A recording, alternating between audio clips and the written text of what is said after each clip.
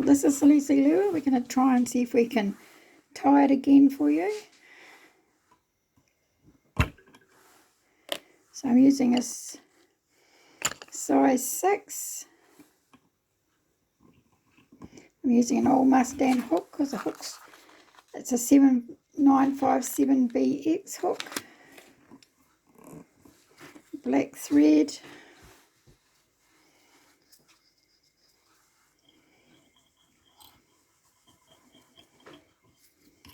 Oops. Trim that. Bit of nail varnish just to make sure that that grips. I'll just get it from the $2 shop.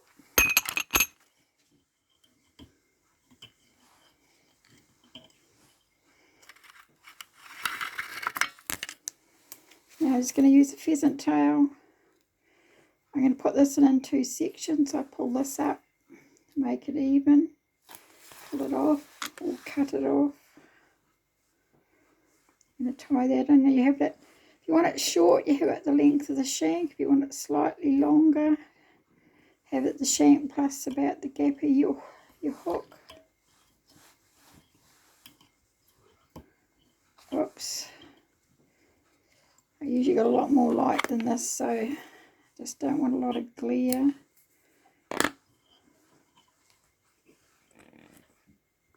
I've just got to put something in with the camera. So now, in a golden pheasant, I'm just going to tie a wee bit of this in.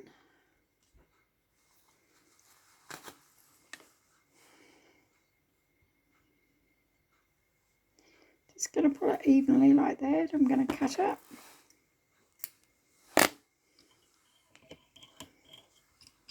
Just going to put that on top. Do 2 loose turns. And then I'm just going to split that so it goes either side of that tail that's in there. And then we're going to get more of the pheasant tail. Quite a big chunk. Cut it. And you can swing it around a little bit in your fingers to open it up and tie that in.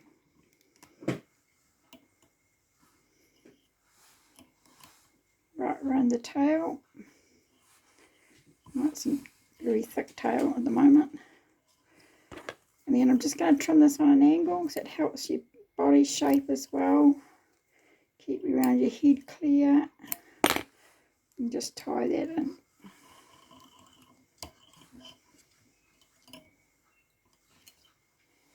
It's looking pretty good. Now I get wool. The originals were done with wool. You can use chenille. Today's world, a lot of them all use chenille, but originally they used mohair or they used wool, and this is about double ply. When you pull it, you can pull it apart. I've already had one off it. Just smooth it out. Tie that in. Start down there on the top and just tie it back until that's caught in. And then a bit of oval tinsel. It's got a natural curve, so I tie it with its curve underneath.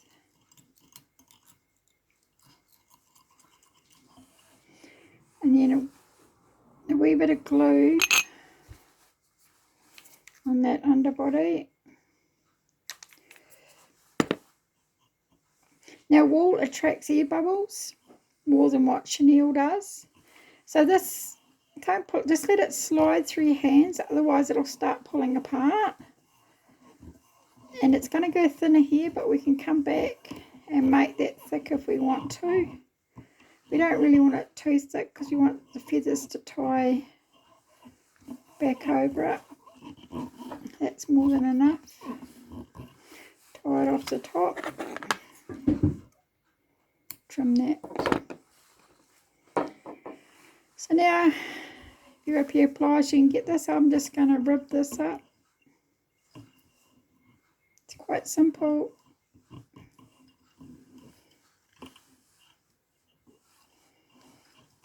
Whoops. What have I done? Somehow I've done something.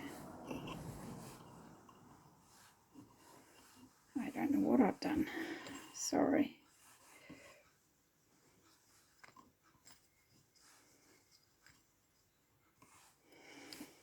I didn't do a half hitch, did I? Or did I do a half hitch? I should have done a half hitch here with my body material.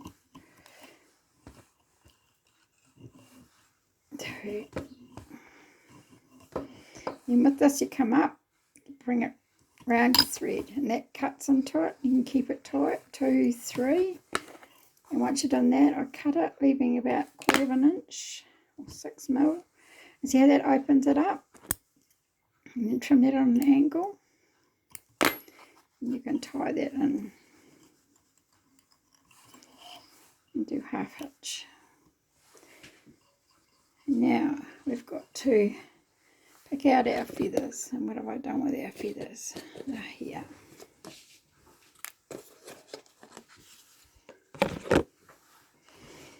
It's just pairing them up is the worst part. You can use 2 to 4, but sometimes I'll even put a little one here, a little wee one here. It's quite handy to sometimes just put a wee one in here. I'm going to do it first. You just put a little one on the top there. Just quite often do that. And I noticed some of the old ones did do that. Now it's just pairing. Here's a nice bunch of feathers. So, and that's curving that way, and that's curving that way. So I'm quite happy with that. So I'm going to take 2.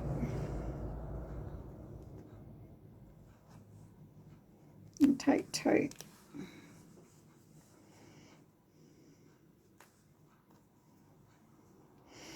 You can put them on one at a time, or you can try putting 2 at a time.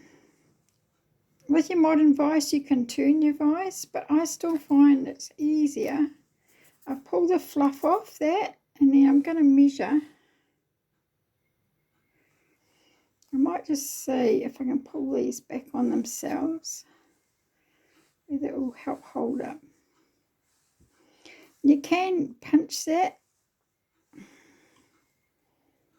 We'll just see what happens. I only want 1, 2. And I've got to look at it, and I've got to pull it straight with the shank. It's looking not too bad.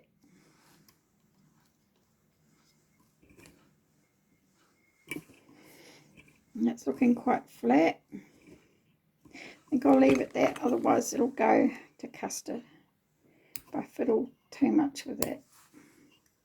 And because the quills are quite thick, it makes it hard to keep it tidy.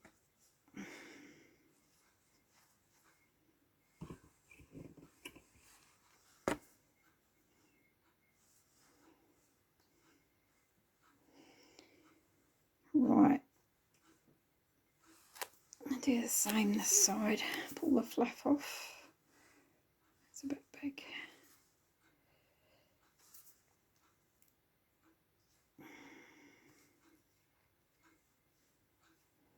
It does make a big difference if you can pull.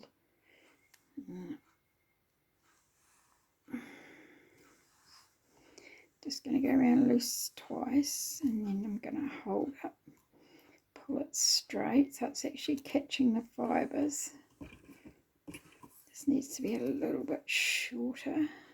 So what I'm trying to do is to match the either side up, looking down on it so that it looks flat from the top through here.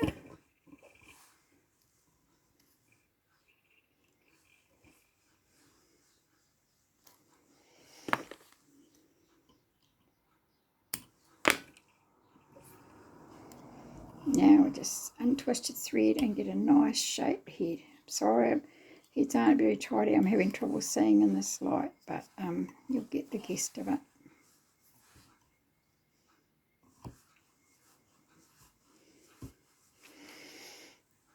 And these flies are inclining when you're casting. The feathers can pull back and snap because the quills are quite soft.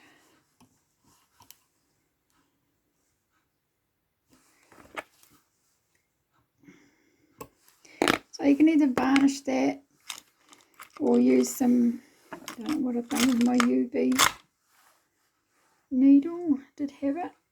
You might, or just use some varnish. Otherwise, just use some UV. In the old days, it was just tacky black paint.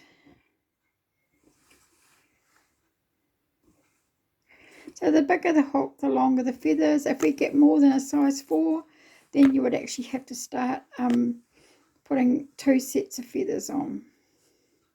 So that's your first colour pattern. We call it, and it's called a Leslie Lure. If there's any stray feathers, there's one there that we could trim off, but that's not too bad. It's what we call a Leslie Lure.